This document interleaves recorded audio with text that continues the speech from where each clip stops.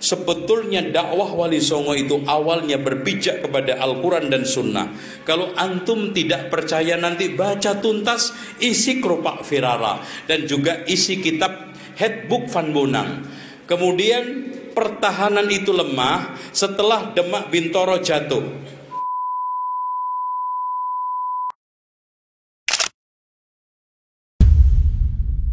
Murni, bahkan anti bid'ahnya dia itu kencang sekali, sehingga hadirin sekalian sampai hari ini kalau antum bandingkan antara Jawa Tengah dengan Jawa Timur, Lamongan, Gresik, itu Islamnya lebih murni, lebih nyantri daripada Tengah.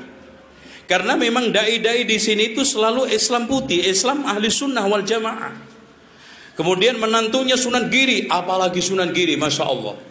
Karena memang dari dasarnya Sunan Ampel itu sangat tegas terhadap bid'ah. Antum lihat saja di dalam satu makalah dialog beliau dengan beberapa wali soal masalah adat.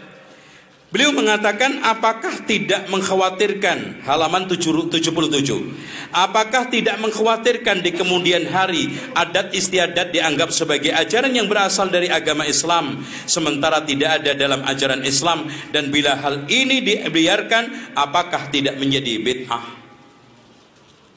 Jawabannya Sunan Kudus, saya setuju dengan pendapat Sunan Kalijogo, sebab ajaran agama Buddha ada kesamaannya dengan ajaran agama Islam. Contoh, orang kaya harus menolong fakir miskin. Adat istiadat yang lama yang masih bisa diarahkan kepada ajaran tauhid, kita akan berinya warna Islami. Sedang adat kepercayaan lama yang mengandung kemusyrikan, kita tinggalkan sama sekali. Adapun tentang kekhawatiran Kanjeng Sunan Ampel, saya mempunyai keyakinan bahwa di belakang hari akan ada yang menyempurnakannya. Coba. Jadi sebetulnya perbedaan antara Islam murni dengan Islam abangan, Islam puritan dan abangan itu sudah lama sejak dulu terjadi. Nah, kelompok-kelompok wali yang lebih condong kepada ajaran putih, kepada ajaran murni, kepada ajaran puritan menurut istilah para peneliti barat adalah Syekh Maulana Malik Ibrahim, Sunan Ampel, kemudian diikutin oleh anaknya Sunan Bonang, diikutin oleh menantunya yang sangat tegas yaitu Sunan Giri, lalu diikutin oleh murid-murid yang lainnya.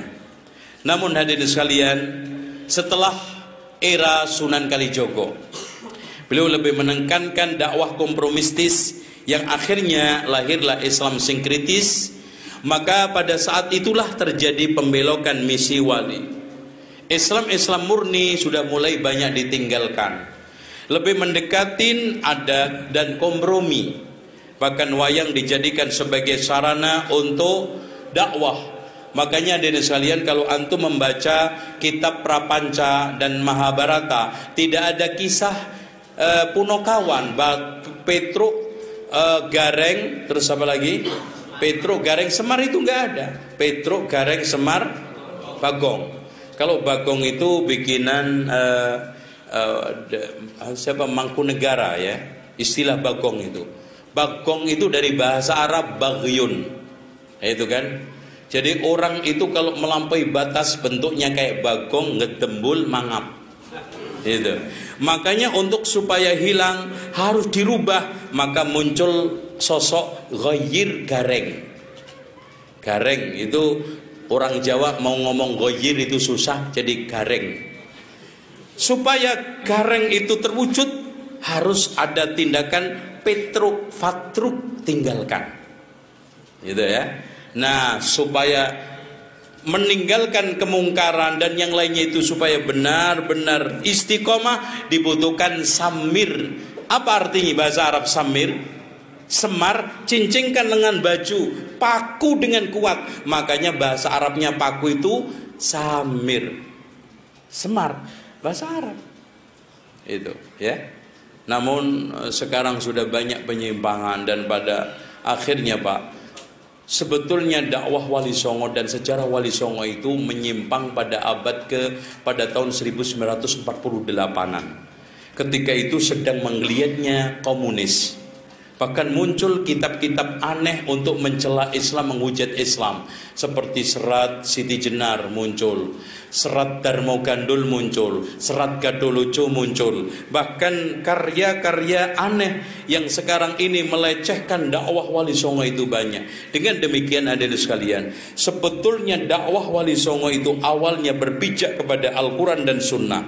Kalau antum tidak percaya, nanti baca tuntas isi Keropak Virara dan juga isi kitab Headbook Van Bonang. Kemudian pertahanan itu lemah setelah Demak Bintoro jatuh. Pada zaman Raden Patah kuat karena dikawal oleh Sunan Ampel. Pada zaman Fatihunus masih kuat karena masih mencintai ulama-ulama sunnah.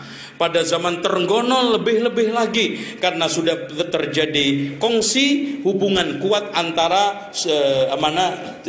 Banten, Cirebon sama Demak, bahkan bisa mengusir Portugis. Namun setelah Demak Bintoro jatuh, bahkan setelah ambruk yang akhirnya dipindah oleh Joko Tingkir ke Pajang, Joko Tingkir mencanangkan agama resmi kerajaan adalah Manunggaling Kawula Gusti, dan anehnya didukung oleh Sunan Kalijogo. Sejak itu dakwah dan misi Wali Songo berbelok arah. Nah, sejak itulah hegemoni agama dan kekuasaan yang lebih kental dengan Manunggaling Kawula Gusti dan mempertahankan kejawen mulai kuat. Apalagi dilanjutkan dengan Mataram Islam, lebih melanggengkan itu semua. Dan puncaknya pada zaman Amangkurat I, dia memiliki prinsip yang aneh. Kalau saya Tuhan, maka semua yang saya lakukan adalah benar. Dan rakyat harus takut kepada raja seperti takutnya kepada Allah. Dan dia, karena pembisik-pembisik dia, maka dia bermusuhan dengan ulama-ulama yang mengembangkan ahli sunnah wal jamaah dari kiri ke daton.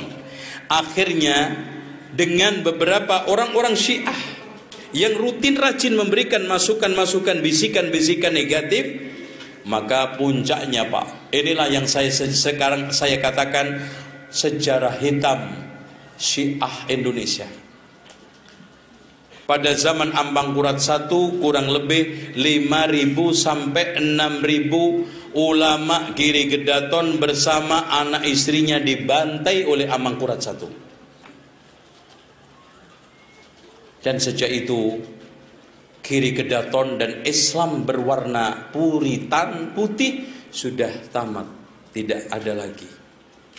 Maka pada abad ke-17 18 sudah mulai banyak hiruk pikuk tentang masalah Islam yang penuh dengan khurafat, Islam yang penuh dengan berbagai macam intrik-intrik tahayul.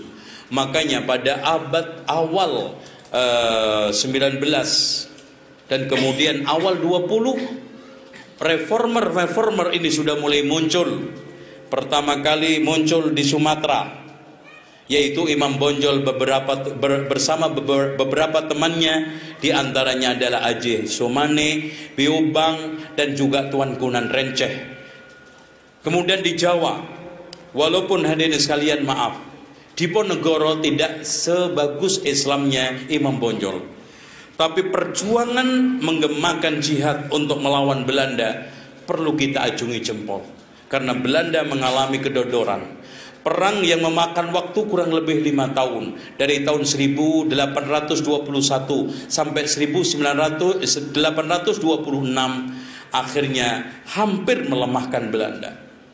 Kemudian muncul perjuangan antara tahun 1825 sampai 1837 yang berakhir ditangkapnya Imam Bonjol. Kemudian dibuang ke Padang, masih banyak pengaruhnya. Dibuang ke Cianjur, masih banyak pengaruhnya. Akhirnya dibuang ke Ambon, kemudian akhirnya ke Manado, meninggal di sana.